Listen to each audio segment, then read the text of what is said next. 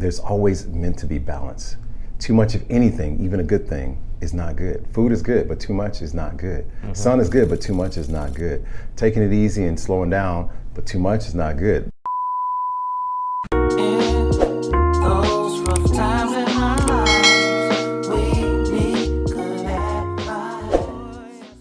So tell me more about this sickness that we've got going on in this country, and how does that differ from Colombia right now? Yeah, that's a great question. I think the sickness is we have been designed to be certain people. And what I mean by that is there's a design for men, there's a design for women. We're not the same, we're very much the same, but we have some unique differences. One of the sicknesses is trying to mesh it all together. And unfortunately, I put this on men first and foremost.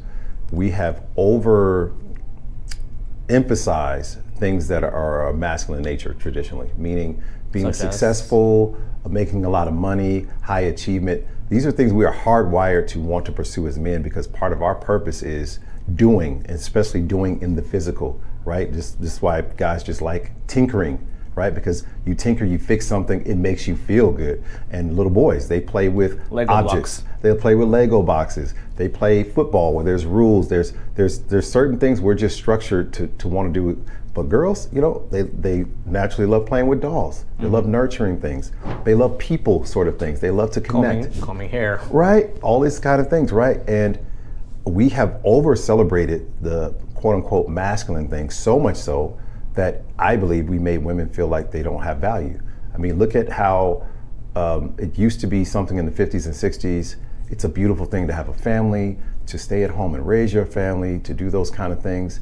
Now it's like a dirty word to be you're lazy or something like that, as if it's not a lot of work, or as if it's not trying, as if it's not very valuable. We look at teachers. My daughter's a teacher. I'm really proud of her. She graduated from Georgetown, decided to do Teach for America, and is now working on the west side of Chicago with some kids at 4th grade who really can't even read, and some other kids who are coming from other countries who don't speak English. So, I mean, she's got her hands full, but God bless her for wanting to take that service. But we don't pay teachers what we should. That's the most valuable job ever. The one that's going to directly impact society on a person by person basis and decide what kind of people we're going to have in this world, just as it is to be a mother, to be a father. And so all of these things that, we take for granted, or we appreciate, what we shouldn't be surprised that women don't want to steer that way as much, or don't feel valued. So they pursue a lot of things that are traditional kind of accolades as a man. And then now in the dating market, some of the first things that they'll say is, well, what value do you bring? They're going to start with their degree, their job, and all these things that are great. But as a man, if I'm supposed to be financially stable and providing financial stability to you, how valuable is that to me? Yeah, I could honestly give two craps about that. And I think most men kind of feel that way. Now we're in a society where it almost seems like people. They're nice. Don't get me wrong. I have to clarify. They are nice. Like the last girl I dated for a few months, like she was a neuroscientist degree. It was really nice. But I didn't want to like talk about those things with her. Like I did talk with her about those things, and I picked at her brain just to learn more about how the brain works, how neuroscience works, how neurodevelopment works, how your nervous system works, and it was fascinating. But that's not going to land me in bed. You took it right to the core. Yeah.